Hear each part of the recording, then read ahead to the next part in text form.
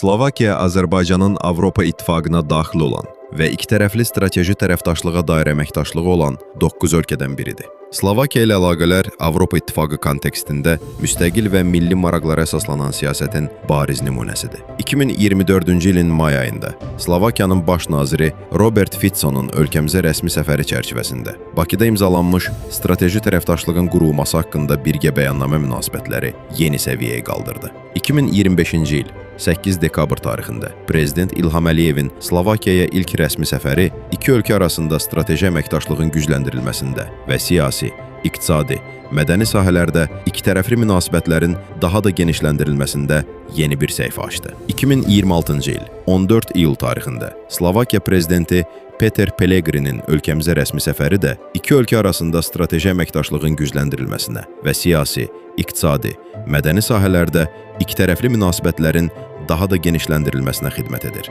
Slovakiya liderinin ölkəmizə rəsmi səfərinin Şuşa şəhərindən başlaması xüsusilə diqqətə layiqdir. Bu o deməkdir ki, artıq Şuşa yalnız tarixi mədəni məkan deyil, həm də beynəlxalq tədbirlərin, xarici ölkələrin hökumət nümayəndələrinin qəbul olunduğu şəhərdir. Səfər eyni zamanda regionun sabitliyinə, investisiya imkanlarının inkişafına və qarşılıqlı faydalı layihələrin təşviqinə əhəmiyyətli təsir göstərəcək. Mətbuata bəyanat zamanı Prezident İlham Əliyev vurğuladı ki, bugün Slovakiya-Azərbaycan siyasi əlaqələri çox yüksək səviyyədədir və qarşılıqlı səfərlər bunu əyani şəkildə göstərir. Öz növbəsində Slovakiya Prezidenti Peter Pellegrini Şuşada Azərbaycanda rəsmi səfərdə, o cümlədən Qarabağda, Şuşada olmağından çox məmnun olduğunu bildirdi. Peter Pellegrini qeyd etdi ki, Azərbaycanla Slovakiya arasındakı strateji tərəfdaşlıq sadəcə rəsmi bir sənəddən və ya formal diplomatik münasibətlərdən ibarət deyil. Hər iki ölkə bir-birinə həqiqi dostdur və tərəfdaşların bir-birinə təklif edəcəyi bir çox perspektivli sahələr mövcuddur.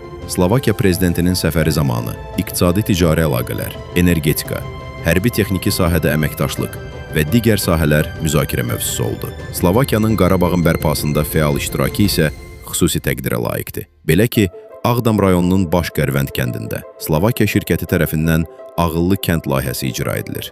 Səfər çərçivəsində dövlət başçıları Baş-Qərvənd kəndində görülən işlərlə də tanış oldular. Milan Rastislav Ştefanik adına 840 şagird yerlik Baş-Qərvənd kənd tam orta məktəb binasının təməlini qoydular. Bu məktəb Slovakiya tərəfindən Azərbaycana hədiyyə olunub.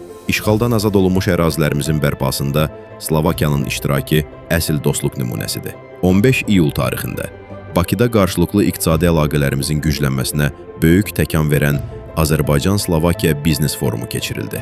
Azərbaycan-Slovakiya əməkdaşlığı həm iki ölkənin maraqlarına xidmət edir, həm də regionda iqtisadi və siyasi sabitlik üçün önəmli model formalaşdırır. Slovakiya dövlət başçısının bu səfəri eyni zamanda regionun sabitliyinə, investisiya imkanlarının inkişafına və qarşılıqlı faydalı layihələrin təşviqinə təkan verəcəkdir. Səfər çərçivəsində verilən bəyanatlar, imzalanan sənədlər bu əlaqələrin gələcəkdə daha da möhkəmlənəcəyinə əminlik ifadə edir.